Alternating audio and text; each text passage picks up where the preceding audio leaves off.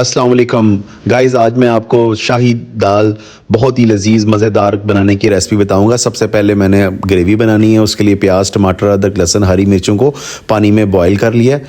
Boil करने के बाद आप ये देख रहे हैं कि इसको मैं इसी तरह पकाऊंगा और जब ये बिल्कुल सॉफ्ट हो जाएंगे, नरम हो जाएंगे, तो इसको मैं ब्लेंडर में ब्लेंड कर लूँगा। ये देखें, ये अभी नरम हो रहे हैं। जो ही ये नरम ग्रेवी बनेगी, अब ये मैंने इसको ग्राइंडर में ग्राइंड कर लिया है और ये ग्रेवी की जो पेस्ट है वो रेडी हो गई है। आपने भी इसको ठंडा करके किसी ब्लेंडर के में कर लेना है ब्लेंड। अब एक पैन में अदरक लहसुन का पेस्ट और 3 चम्मच ऑयल के डाल के अदरक लहसुन को फ्राई किया। आग हल्की आंच के ऊपर ही इसको फ्राई करना है ताकि अदरक लहसुन ना जल जाए। अब आप ये देखें कि अदरक लहसुन हो चुका है, तो मैं इसमें अब ग्रेवी ऐड करूँगा। अदरक लहसुन में ये मैंने ग्रेवी के 2 चम्मच डाल के अब इसकी मैं बुनाई करूँगा। अच्छे से मैंने बुनाई करनी है ताकि इसमें जो है वो टमाटर जो और प्याज वगैरह बन सकें अच्छे तरीके से। उसके बाद नमक, सुरख मिर्च, हल्दी,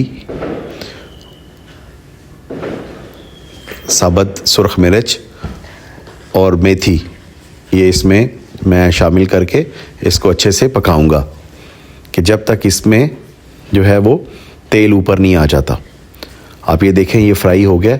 अब उसके बाद मैंने दाल पहले से माश की दाल पहले से बॉईल की हुई थी, उसको मैंने जो है इस तरह, आपने ज़्यादा कच्ची नहीं करनी है, ज़्यादा गला नहीं देनी, एक नॉर्मल आपने दाल को गलाना है। और आप ये देखें, ये ग्रेवी जो है वो मसाला जो है वो उसका दाल का तैयार हो गया। अब इसमें ये मैं सिंपली दाल को ऐड कर दूंगा।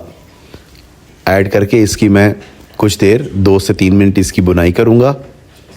बुनाई करने के बाद इसके अंदर मैं दही को शामिल करूंगा। आप ये देखें, ये अच्छी से मिक्स हो गई है।